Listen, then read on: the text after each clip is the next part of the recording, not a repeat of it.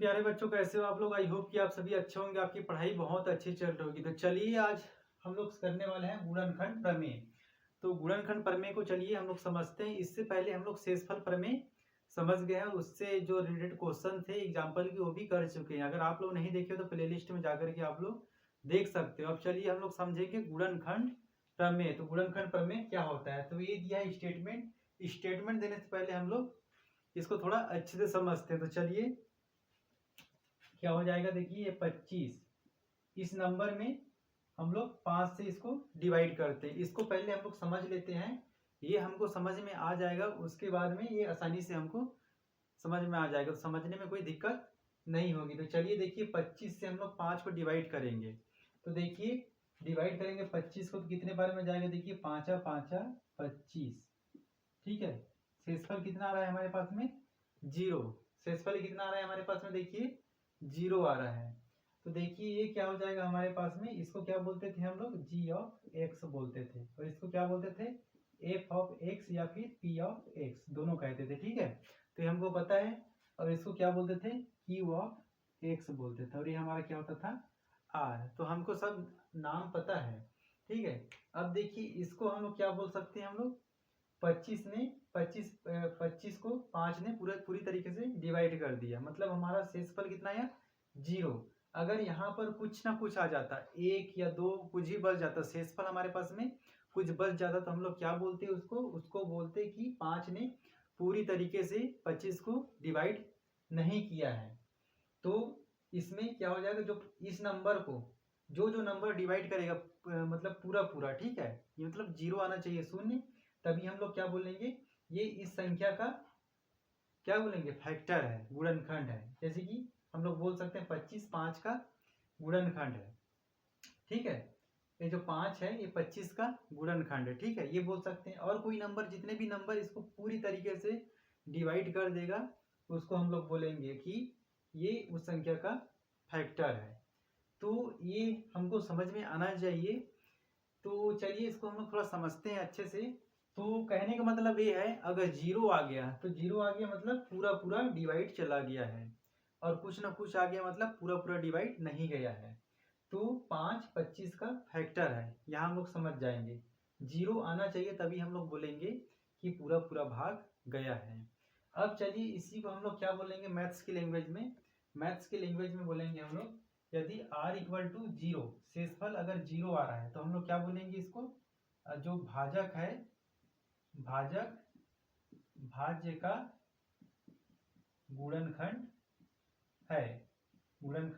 है, यही बोलेंगे, ठीक है। क्या बोलेंगे हम लोग, अगर हम लोग कोई संख्या में किसी नंबर से डिवाइड कर रहे हैं, अगर हमारे पास में 0 आ गया शेषफल, कोई संख्या यहाँ पर नहीं आ रहा है, तो इसको मैथ्स के लैंग्वेज में क्या बोलेंगे, r इक्वल टू 0। अगर 0 आ रहा है शेषफल तो इसी को बोलेंगे हम लोग भाजक भाज्य का गुणनखंड है। जल्दी से हमारे दिमाग में आ जाना चाहिए, अगर 0 आ रहा है तो शेषफल ये आ जाना चाहिए, भाजक भाज्य का गुणनखंड है।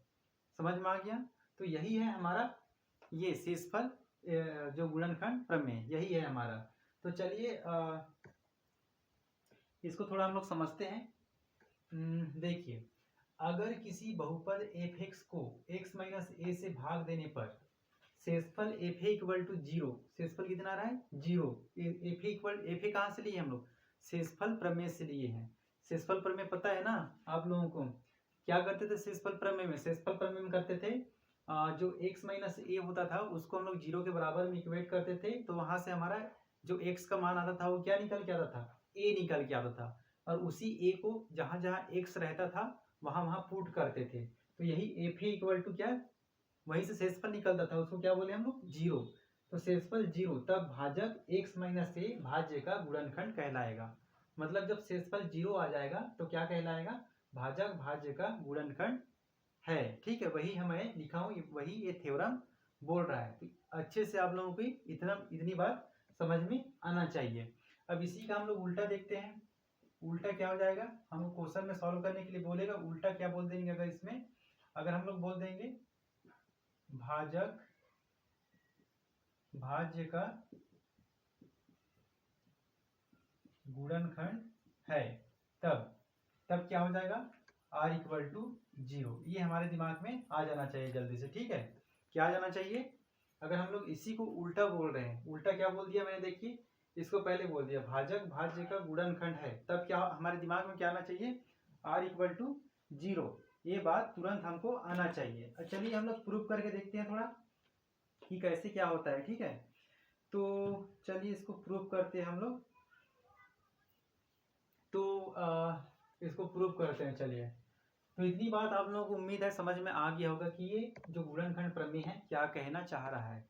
तो चलिए अब हम लोग थोड़ा इसको प्रूफ करते हैं, यहीं पे कर लेता हूं मैं, प्रूफ करते हैं। हम जानते हैं देखिए क्या होता है, भाज्य बराबर भाजक गुणा भागफल प्लस शेषफल। ये हम लोग पहले से जानते हैं, इसको प्रूफ करते हैं। प्रूफ करने के लिए एग्जाम में तो नहीं पूछा, लेकिन हमको समझ में आना चाहिए कैसे प्रूफ करते हैं। देखिए भाज्य को क्या से प्रदर्शित करते थे हम लोग, एफ ऑफ एक्स से इक्वल टू भाजक हमारा क्या है, देखिए भाजक यहाँ पर क्या है प्रमेय में, देखिए एक्स माइनस ए, इसी को हम लोग अभी जी एक्स लिखते थे, और भागफल को क्यू ऑफ एक्स लिखते हैं, और हमारा शेषफल आर। तो देखिए f of x equal to g of x क्या है हमारे पास में, जी ऑफ एक्स है हमारे पास में क्या, देखिए यहाँ पर x माइनस ए से भाग देने पर, तो यही है ना भाजक हमारा, x माइनस ए गुणा क्यू ऑफ एक्स प्लस शेषफल। शेषफल को क्या रखेंगे हम लोग, शेषफल r इक्वल टू क्या हो जाएगा 0, ठीक है। r इक्वल टू हम लोग क्या लिखते थे पहले, r equal to f a लिखते थे ना, r equal to f a, और इसको लिख देते हैं चलिए एफ ए, और यही हमारा क्या होता था 0, r equal to f a और एफ इक्वल टू 0, शेषफल हमारे पास में क्या बचता था 0, तो हम 0 लिखते हैं। ये देखिए शेषफल एफ इक्वल टू 0 दिया है ना, तो चलिए इसको लिखते हैं f of x equal to x minus a और गुणा क्यू ऑफ एक्स। तो देखिए लास्ट में क्या निकल के आ रहा है हमारा, ये वाला पूरा पोर्शन 0 हो जाएगा, ठीक है। तो ये निकल के आ रहा है, तो हम क्या बोलेंगे इसको बोलेंगे भाजक भाज्य का गुणनखंड है, भाजक भाज्य का गुणनखंड है। देखिए ये फैक्टर के रूप में आया है ना, तो इसलिए हम लोग इसको बोलेंगे, ठीक है। तो ये हमारा गुणनखंड प्रमेय कुछ इस प्रकार से। चलिए इसका हम लोग थोड़ा उल्टा और समझते हैं। अब चलिए इसका हम लोग कन्वर्ज ऑफ फैक्टर थ्योरम देखते हैं। यहाँ पर मैं लिख देता हूँ converse of factor theorem, converse of factor theorem, इसको भी देख लेते हैं, समझ लेते हैं कि कैसा क्या होता है। तो देखिए हम लोग ये हमारा सीधा था, ठीक है। अगर हम लोग किसी संख्या से भाग दे रहे हैं तो हमारा क्या आता था, शेषफल 0 आ जाता था, तब क्या बोलते थे हम लोग, भाजक भाज्य का गुणनखंड है। अब इसका कन्वर्स देख रहे हैं हम लोग उल्टा, तो उल्टा क्या बोलते थे हम लोग, भाजक भाज्य का गुणनखंड है। यहां लिख देता हूं मैं, यदि भाजक भाज्य का गुणनखंड है, तब क्या हो जाएगा, देखिए यदि भाजक भाज्य का गुणनखंड है तब r इक्वल टू कितना हो जाएगा 0। ये हमारा क्या था, कन्वर्ज था। तो चलिए इसका हम लोग प्रूफ देखते हैं। तो प्रूफ देखते हैं, इसको प्रूफ करके देखते हैं। तो देखिए क्या बोला है, यदि भाजक भाज्य का गुणनखंड है तब हम लोग क्या जानते हैं, देखिए हम जानते हैं क्या होता है हमारा, भाज्य बराबर भाजक गुणा भागफल प्लस का शेषफल, तो देखिए भाज्य को क्या बोलते थे, एफ ऑफ एक्स बोलते थे, और एक भाजक क्या होता था हमारा, जी ऑफ एक्स होता था, और एक भागफल क्यू ऑफ एक्स प्लस का ये शेषफल हमारा कितना हो जाएगा। ये देखिए हम लोग तुरंत पढ़े थे, देखिए अगर 0 होता है, r इक्वल टू 0 होता है, शेषफल 0 आता है, तो हमारा भाजक भाज्य का गुणनखंड है, ठीक है। और अगर हमारा इसी को उल्टा बोल दिया हम लोग, भाजक भाज्य का गुणनखंड है तब r इक्वल टू 0, तो देखिए पूरा r क्या हो जाएगा हमारा, ये पूरा r हमारा 0 हो जाएगा। तो क्या बनेगा, देखिए f of x equal to g of x, इसकी जगह हम लोग वैल्यू रख सकते हैं एक्स माइनस ए, ठीक है। एक्स माइनस ए कहाँ से रखे हम लोग, ये प्रमेय से, ठीक है। ये भाग करने वाला है ना ये, तो देखिए गुणा जी ऑफ एक्स, और एक कितना हो जाएगा पूरा r। तो ये जो बन के आया है देखिए, ये हमारा फैक्टर है, ठीक है। अब इसको हम लोग और दूसरे तरीके से देखिए, ये हमारा जो आया है ये आर्क क्या हो जाएगा अपने आप 0 हो जाएगा, ठीक है। ये हमारा कन्वर्स था। चलिए इसको थोड़ा और अलग तरीके से देखते हैं हम लोग प्रूव करके। ये देखिए, इसको हम लोग क्या मानेंगे, ये हमारा क्या बन गया, पॉलिनोमियल बन गया ना, एक पॉलिनोमियल बन गया ना शेषफल प्रमेय के अनुसार। शेषफल प्रमेय के अनुसार चलिए इसको प्रूव करके देखते हैं। तो शेषफल प्रमेय में हम लोग क्या बोलते थे, क्या करते थे, एक पॉलिनोमियल रहता था हमारा बहुपद, उसमें जो x माइनस ए रहता था, ठीक है, भाजक, उसको हम लोग 0 के बराबर में करते थे और उसको यहाँ पर मान रख देते थे। इसको चलिए और हम लोग अच्छे समझते हैं। तो देखिए क्या हो जाएगा, ये शेषफल प्रमेय के अनुसार, देखिए शेषफल प्रमेय के अनुसार क्या हो जाएगा, देखिए शेषफल प्रमेय के अनुसार x इक्वल टू ए, ठीक है, x equal to a, x minus a equal to 0। X minus a हमारा यहाँ पर क्या है, भाजक है, इसको हम लोग 0 के इक्वेट किए तो x का मान क्या निकल के आया हमारे पास में, a निकल के आया। अब इस a के मान को कहाँ रखते थे, इस पॉलिनोमियल में रख देते हैं। तो देखिए f ऑफ ये हो जाएगा a इक्वल टू x के जगह हम क्या रखेंगे, a माइनस ए गुणा q ऑफ x, ठीक है। तो देखिए f ऑफ a माइनस ए कितना हो जाएगा 0 और गुणा q ऑफ x है ना, q ऑफ x। तो ये दोनों मल्टीप्लाई होके क्या हो जाएगा, f of a equal to क्या हो जाएगा 0। तो देखिए हमारा शेषफल क्या आ गया, 0 आ गया। तो यही इसका उल्टा है। तो आप लोगों को बस इतना ध्यान रखना है, अगर हम लोग कोई हमारा कोई दिया रहेगा, ठीक है, कोई संख्या दिया रहेगा, उसमें हम लोग देखिए क्या याद रखना है हमको, सिंपल सीधी बात, भाग होने वाला, ठीक है, भाग होने वाला भाग करने वाले से पूरा पूरा अगर डिवाइड हो जाता है, पूरा पूरा अगर डिवाइड हो जाता है, शेषफल हमारा 0 आ जाता है, तो हमको बस हमारे दिमाग में ये बात आ जानी चाहिए, भाजक भाज्य का गुणनखंड होता है, ठीक है।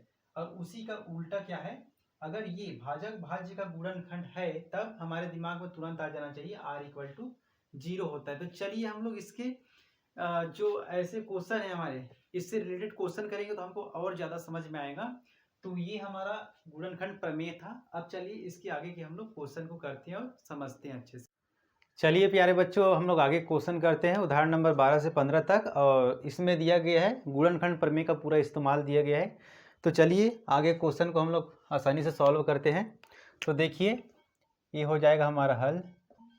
तो क्वेश्चन क्या बोल रहा है, सबसे पहले तो पढ़ लेते हैं। यदि बहुपद एक्स स्क्वायर माइनस 16 को बहुपद एक्स माइनस 4 से भाग दिया जाए तो भागफल और शेषफल क्या होंगे। इसमें हमको बताना है सिर्फ भागफल और शेषफल क्या होंगे, और इस क्वेश्चन को करते करते हम लोग समझ सकते हैं कि गुणनखंड प्रमेय आखिर क्या होता है। तो चलिए देखते हैं। तो सबसे पहले तो हमको एक्स स्क्वायर माइनस 16 को बहुपद एक्स माइनस 4 से हमको क्या करना है, भाग देना है। तो देखिए हमारा भाज्य क्या हो जाएगा, एक्स स्क्वायर माइनस 16 भाज्य हो जाएगा, और ये हमारा क्या हो जाएगा, एक्स माइनस 4 भाजक हो जाएगा। इतना हमको पता होना चाहिए। यहाँ अगर हमको पता नहीं है तो इसको लिख सकते हैं हम लोग भाजक, और ये हो जाता है हमारा क्या, भाज्य। इधर आएगा वो क्या होता है, भागफल कहलाता है हमारा। और नीचे जो आएगा अगर पूरा पूरा भाग चला जाएगा तो हम उसको क्या मानेंगे, उसको बोलेंगे हम लोग कि पूरा पूरा भाग चला गया, ठीक है। और पूरा पूरा भाग चला जाएगा तभी हम लोग बोलेंगे कि जो भाजक है भाज्य का क्या है, फैक्टर है, ये हम लोग बोलेंगे। तो चलिए भाग देते हैं। तो सबसे पहले देखिए यहाँ पर एक्स स्क्वायर है, क्या से गुणा करे, इस एक्स से क्या से गुणा करे कि हमको एक्स स्क्वायर मिल जाए। तो क्या से गुणा करेंगे, एक्स से करेंगे, एक्स से गुणा करेंगे तभी तो हमको एक्स स्क्वायर मिलेगा ना। इसको पहले वाले को हमको बराबर लाना पड़ता है, तो बराबर ला दिए, और ये प्लस माइनस क्या हो गया, माइनस हो गया, ठीक है। क्या हो गया, माइनस प्लस क्या हो गया, माइनस हो गया, ठीक है। अब देखिए 4 का गुणा यहाँ करेंगे तो 4 एकम 4 हो जाएगा, ठीक है। और ये हो जाएगा एक्स, यहाँ पर 16 है, यहाँ एक्स आ रहा है तो एक्स वाले को नीचे में लिख देंगे, 16 अलग हो जाएगा हमारा। तो अभी उसको हम लोग जैसा का वैसा लिख देंगे। अब देखिए यहाँ पर क्या हो जाएगा, 16 को नीचे लिख दिए। अब देखिए इसको घटा देते हैं तो चिन्ह परिवर्तन करेंगे, यहाँ प्लस है तो ये माइनस हो जाएगा, और माइनस का क्या हो जाता है, प्लस। तो ये और ये कट जाएगा, क्योंकि एक्स स्क्वायर में से एक्स स्क्वायर हम लोग घटाएंगे तो कितना हो जाएगा, 0 हो जाएगा। अब बचा क्या, देखिए 4x वाला पार्ट बचा है, ये लास्ट वाला है, तो प्लस में है तो प्लस का 4x जैसा का वैसे लिख देंगे, और माइनस का 16 लिख देंगे, ऐसा, ठीक है। ये प्लस 4x वाला अलग है, इसमें नहीं घट सकता, वो अलग है, ठीक है। इसलिए हम लोग अलग अलग करके लिख लिए। अब देखिए इस x में क्या का गुणा करे, इस x में क्या का गुणा, प्लस प्लस क्या हो जाएगा देखिए प्लस, और इस x में क्या का गुणा करे कि हमको 4x मिल जाए, 4 का गुणा करेंगे, ठीक है। और क्या का गुणा करेंगे हम लोग, 4 का ही गुणा करेंगे। तो 4 का गुणा यहाँ करेंगे तो कितना हो जाएगा 4x मिल जाएगा। और ये प्लस, ये माइनस और ये प्लस क्या हो जाएगा देखिए, माइनस और प्लस क्या हो जाएगा, माइनस प्लस हो जाएगा हमारा माइनस, ठीक है। क्या हो जाएगा माइनस, तो 4 चौ 16 कितना हो जाएगा 16। अब चिन्ह परिवर्तन करेंगे, प्लस का प्लस, ये माइनस हो जाएगा और माइनस का प्लस हो जाएगा। तो देखिए यहाँ प्लस और यहाँ माइनस है, मतलब घटाएंगे तो जीरो, ये भी कट जाएगा। तो कितना आ रहा है शेषफल हमारे पास में, शेषफल निकल कर के आ रहा है हमारे पास में, जीरो निकल के आ रहा है। उम्मीद है आप लोगों को बहुत अच्छे से समझ में आ रहा होगा। और हमको क्या बोला था यहाँ पर बोला गया था भागफल और शेषफल ज्ञात कीजिए करके। ये हमारा जो आया ये हमारा क्या है, भागफल है, और ये हमारा क्या है शेषफल। तो इतना हमको पता होना चाहिए। तो क्या निकल के आया देखिए भागफल, और इसी को क्या से प्रदर्शित करते थे, क्यू ऑफ एक्स से प्रदर्शित करते थे। तो भागफल कितना निकल के आया है, एक्स प्लस का 4। और शेषफल कितना निकल के आया है, शेषफल हमारे पास में निकल के आया है 0। अब देखिए यहाँ पर हम लोग थोड़ा सा समझते हैं। शेषफल 0 आया ना, तो हम लोग क्या बोल सकते हैं इसमें, भाजक भाज्य का क्या है, फैक्टर है, गुणनखंड है। तो यहाँ हम लोग लिख सकते, देखिए लास्ट में 0 हम लोग बोले थे, अगर हम लोग इसमें भाज्य में भाजक का भाग दे रहे हैं, अगर 0 आ जा रहा है तो वो क्या कहलाएगा, भाजक भाज्य का गुणनखंड कहलाएगा। ये हम लोग बोले थे ना गुणनखंड प्रमेय में, भाजक क्या लिख सकते हैं, भाजक भाज्य का गुणनखंड है, बोल सकते हैं ना, गुणनखंड है। क्या क्यों गुणनखंड है, क्योंकि शेषफल 0 आया है, पूरा पूरा शून्य आया है, ठीक है। इसलिए r इक्वल टू क्या हो जाएगा 0, r इक्वल टू क्या हो जाएगा 0, ठीक है। इतना हम लोग गुणनखंड प्रमेय में सीखे थे। और ये जो गुणनखंड प्रमेय है ये शेषफल प्रमेय का विस्तारित रूप है, ठीक है, उसी का ये विस्तारित रूप है। तो हल वैसे ही होगा। तो चलिए थोड़ा इसको देखते हैं हम लोग, क्या हो जाएगा, हम लोग क्या लिख सकते हैं, हम लोग जानते हैं क्या, देखिए भाज्य बराबर क्या होता है, लिख सकते हैं इसको, ठीक है। भाज्य बराबर भाजक गुणा भागफल और प्लस का शेषफल, ये हम लोग जानते हैं। चलिए देखते हैं शेषफल प्रमेय से, ठीक है। तो देखिए भाज्य कितना है हमारे पास में, भाज्य को क्या से प्रदर्शित करते थे बताओ, इस वाले भाज्य को क्या से प्रदर्शित करते थे हम लोग, एफ ऑफ एक्स से, तो एक्स से कर दिए। और भाजक को इसको क्या से, जी ऑफ एक्स से करते थे, तो जी ऑफ एक्स कर दिए। और गुणा भागफल को क्यू ऑफ एक्स से करते थे, तो क्यू ऑफ एक्स लिख दिए। और ये प्लस का शेषफल तो 0 है, तो इसको हम लोग नहीं लिखते हैं, ठीक है। दिखाई दे रहा है ना, दिखाई दे रहा होगा। अब देखिए यहाँ पर एफ एक्स, ठीक है, एफ एक्स को हम लोग क्या लिखेंगे, देखिए एफ एक्स। अब इसके बाद में हम लोग क्या करेंगे, इसके बाद में हम लोग स्टैंडर्ड फॉर्म में इसको लिखते हैं, ठीक है। थोड़ा देखते हैं इसको और, तो देखिए क्या हो जाएगा, एफ एक्स ये तो निकल के आ गया, ठीक है। F x equal to g x into q x निकल के आ गया, ठीक है। ये देखिए एक फैक्टर के रूप में है ना, गुणनखंड के रूप में है ना, इसलिए हम लोग ऐसा लिख सकते हैं। इसको थोड़ा और स्टैंडर्ड फॉर्म में लिखते हैं, चलिए स्टैंडर्ड फॉर्म में लिखते हैं, क्या हो जाएगा, देखिए स्टैंडर्ड फॉर्म में लिखते हैं। तो देखिए एफ एक्स हमारा क्या है, देखिए एफ एक्स है हमारा, ये इसको बोलते हैं एफ एक्स, तो ये हो जाएगा एक्स स्क्वायर माइनस का 16, इसको एफ एक्स बोलते हैं, ठीक है। इसको क्यू ऑफ एक्स बोलते हैं, बार बार बता रहा हूँ मैं। और इसको बोलते हैं जी ऑफ एक्स, और इसको बोलते हैं आर, तो ये लिख दिए। और जी ऑफ एक्स कितना है हमारे पास में, एक्स माइनस 4 है, तो एक्स माइनस 4 लिख दिए। और क्यू ऑफ एक्स क्या निकल के आया हमारे पास में, भागफल एक्स प्लस का 4 निकल के आया, वे तो हमारा 0 है, तो इसको नहीं लिखते। तो देखिए कुछ स्टैंडर्ड फॉर्म इस प्रकार बनेगा। अब चलिए इसको और आगे देखते हैं, शेषफल प्रमेय के अनुसार देखते हैं उससे 0 आता है कि नहीं। तो क्या करते हैं शेषफल प्रमेय में, शेषफल प्रमेय के अनुसार देखते हैं, चलिए यहाँ मैं लिख देता हूँ शेषफल प्रमेय के अनुसार। तो शेषफल प्रमेय के अनुसार चेक करते हैं, ठीक है। शेषफल प्रमेय में क्या करते हैं हम लोग, शेषफल प्रमेय में करते हैं जी ऑफ एक्स को क्या करते हैं, जी ऑफ एक्स को 0 के बराबर में लिखते हैं, पता है ना। तो चले जी ऑफ एक्स हमारे पास में क्या है, देखिए एक्स माइनस का 4 है, एक्स माइनस का 4 इक्वल टू 0, ये है ना। यहाँ से x का मान क्या निकल जाएगा, x का मान निकल के आ जाएगा हमारे पास में x इक्वल टू कितना 4। अब x के मान को क्या में रखेंगे, x के मान को हम लोग fx में रखेंगे, ठीक है। fx जहाँ जहाँ x है वहाँ रखेंगे, तो यहाँ मैं लिख देता हूँ x के मान को f ऑफ x में रखने पर तो f ऑफ x हमारे पास में क्या है, देखिए f ऑफ x क्या है, f ऑफ 4 रखेंगे, ठीक है। यही है ना x, तो ये क्या है हमारे पास में है x।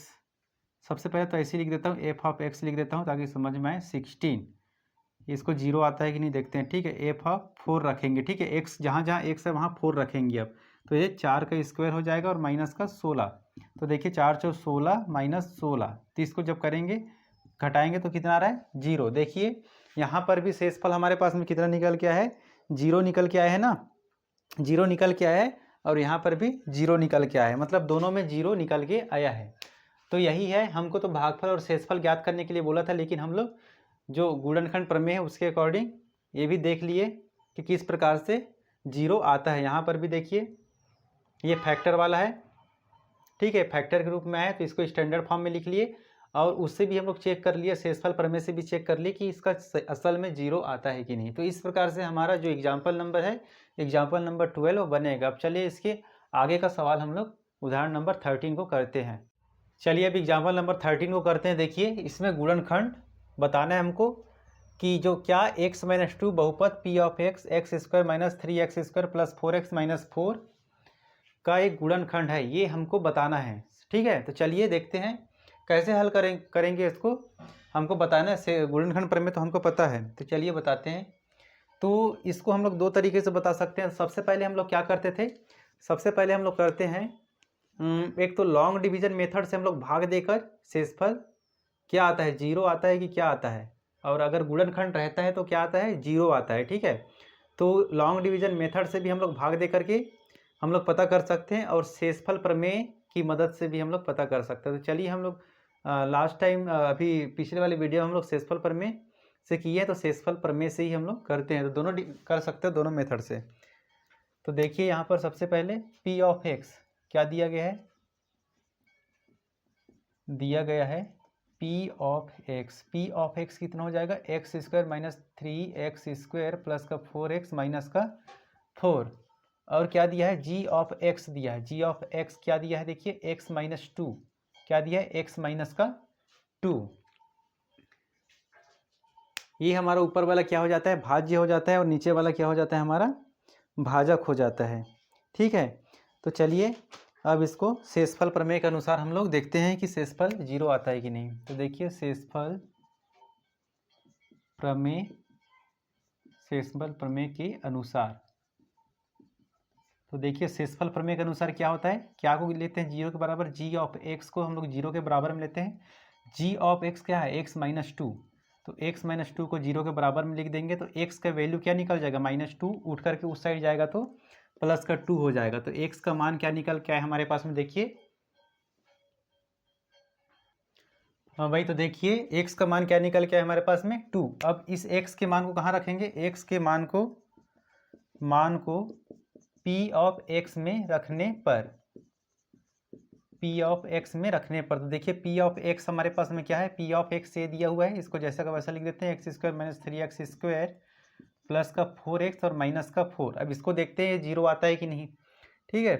तो मान रखते हैं, देखिए ये x के जगह में पूरा हम लोग x का मान क्या रख देंगे, 2 रख देंगे। तो देखिए 2 का स्क्वायर हो जाएगा, 2 का स्क्वायर माइनस 3 फिर 2 का स्क्वायर हो जाएगा, ठीक है, प्लस 4 ब्रैकेट में फिर 2 लिख देंगे और माइनस का 4। इसको सॉल्व करिए, 2 दूनी 4 और 2 दूनी 4 तिया कितना हो जाएगा 12 प्लस 4 दूनी कितना हो जाएगा 8 और ये माइनस का 4। तो प्लस का 4 और माइनस का 4 कितना हो गया, देखिए गलत किए हैं क्वेश्चन में, ये जो है ना ये स्क्वायर लिख दिया हूँ, ये हमारा 3 है।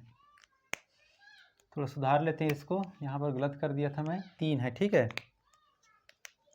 तभी हमारा 0 नहीं आ रहा था।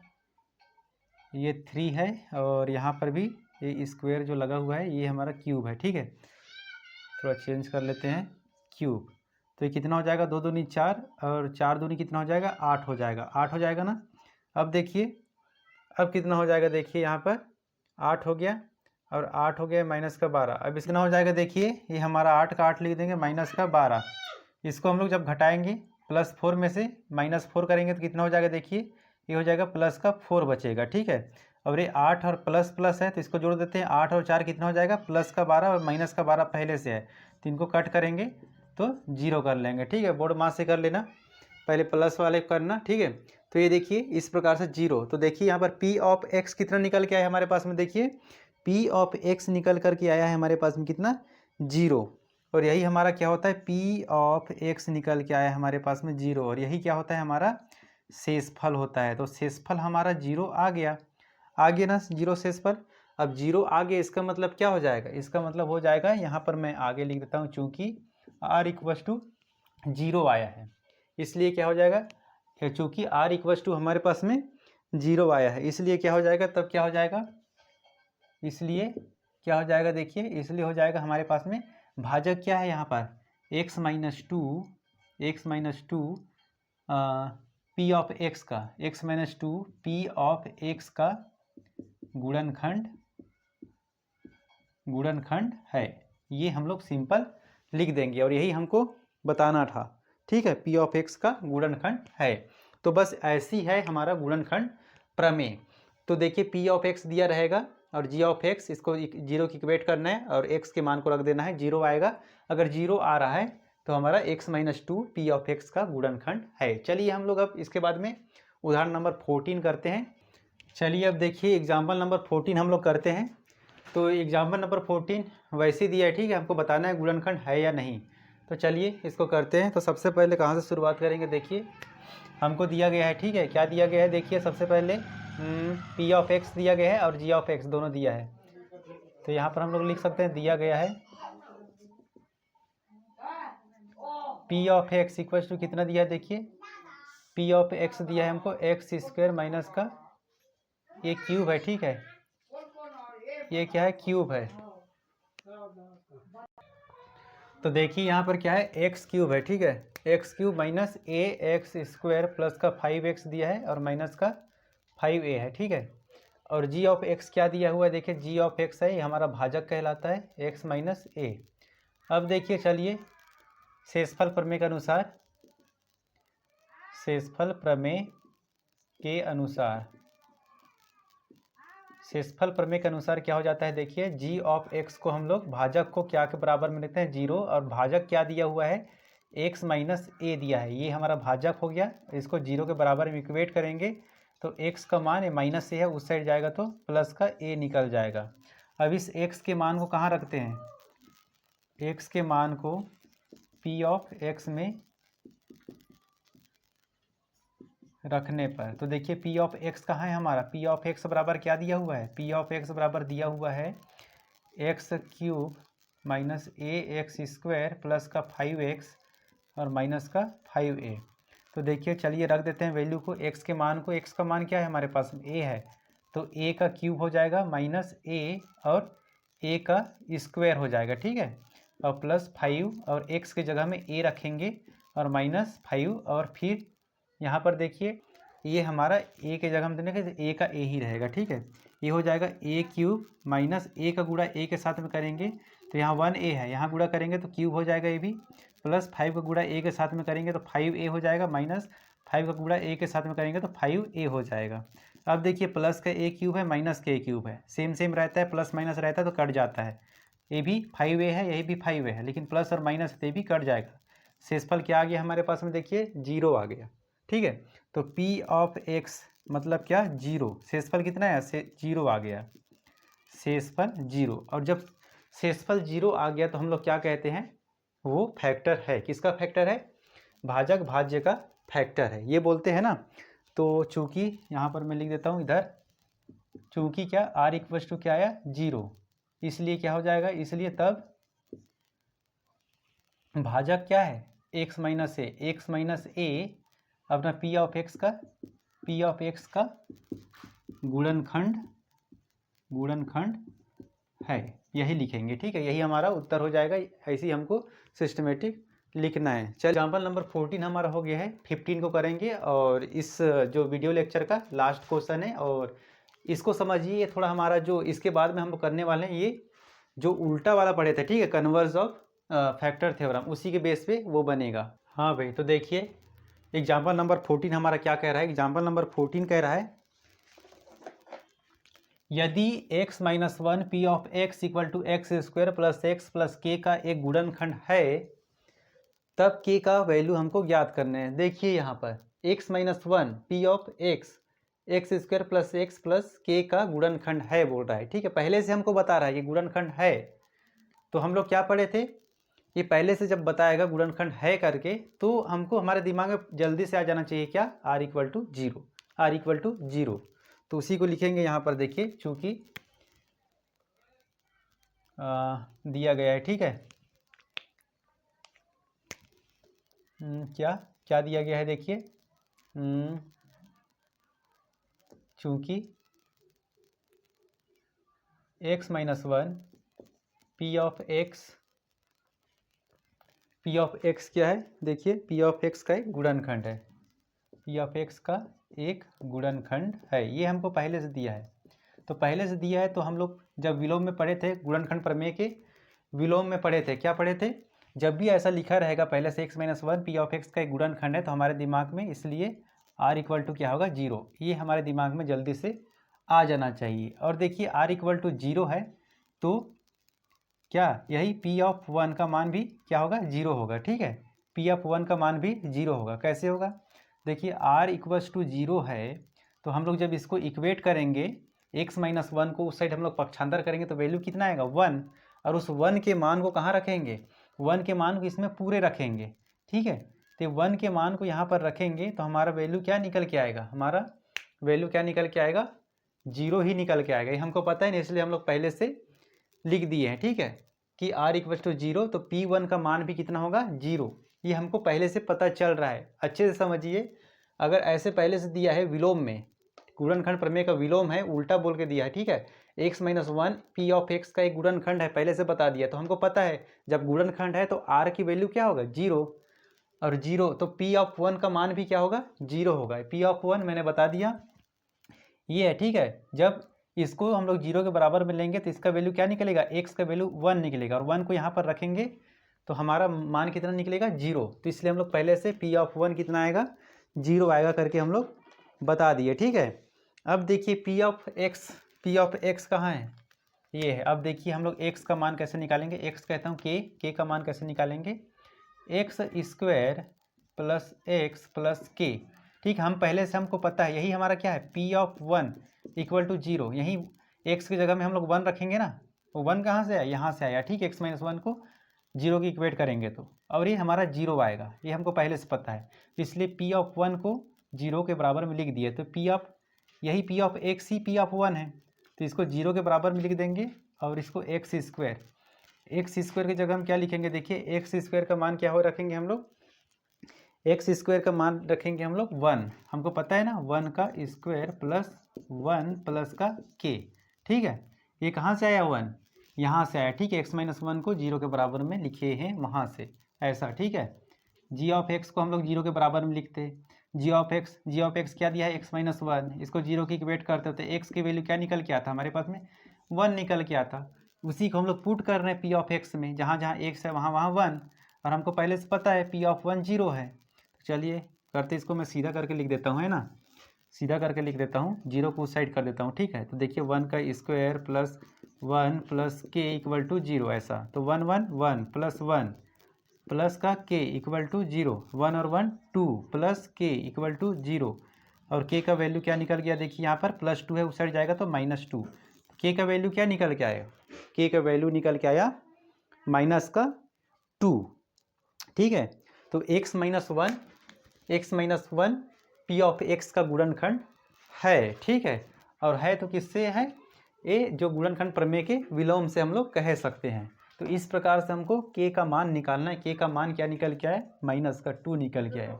तो यही विलोम वाले जो हम लोग पढ़े थे उसी के बेस में क्वेश्चन है, और आगे हम लोग और पढ़ेंगे। तो वीडियो अच्छा लगा तो वीडियो को लाइक करें, और हमारे चैनल पहली बार चैनल को जरूर सब्सक्राइब करिए। मिलते हैं हम लोग नेक्स्ट वीडियो में। धन्यवाद।